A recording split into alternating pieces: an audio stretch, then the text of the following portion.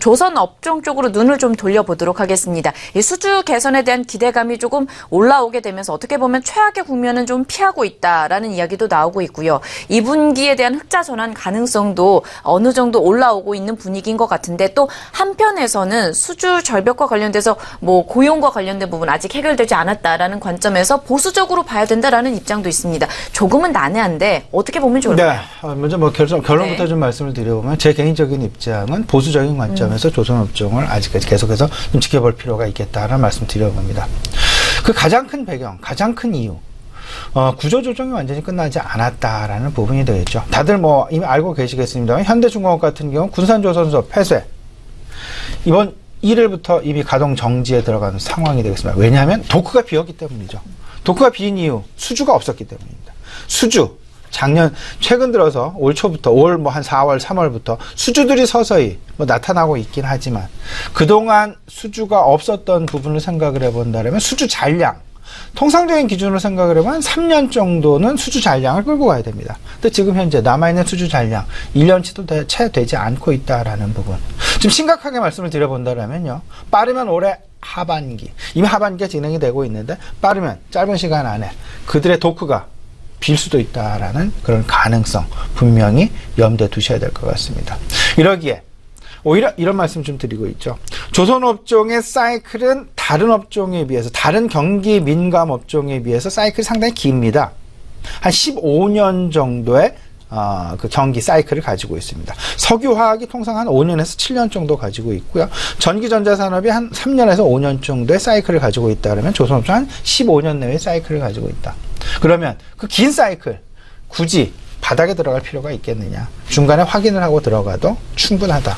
충분히 먹을 어떤 그 버퍼가 많이 남아있다. 긴 사이클 2기에. 그렇기 때문에 너무 초입에 아직 확인도 되지 않은 수주가 조금 늘어난다고 해서 소위 말하는 기저효과라는 부분에 대해서 절대 착시를 일으켜서는 안 된다라는 말씀을 좀 드려보고요. 지금 현재 흑자 앞서서 말씀을 좀 해주셨습니다만 흑자. 근데 문제는 흑자의 그 구조를 잘 살펴봐야 되는데요. 불황형 흑자일 가능성이 상당히 크지 않겠느냐. 오히려 이런 상황일수록 소위 말하는 터닝을 하는 불황을 맞았던 업종은 가장 먼저 나타나는 것이 영업이익의 개선이 아니라 매출이 늘어나야 됩니다.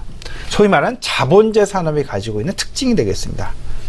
고정비를 줄여야만 단위당 고정비가 줄여야 소위 말하는 영업 레버리지 효과라고 얘기를 하고 있는데요.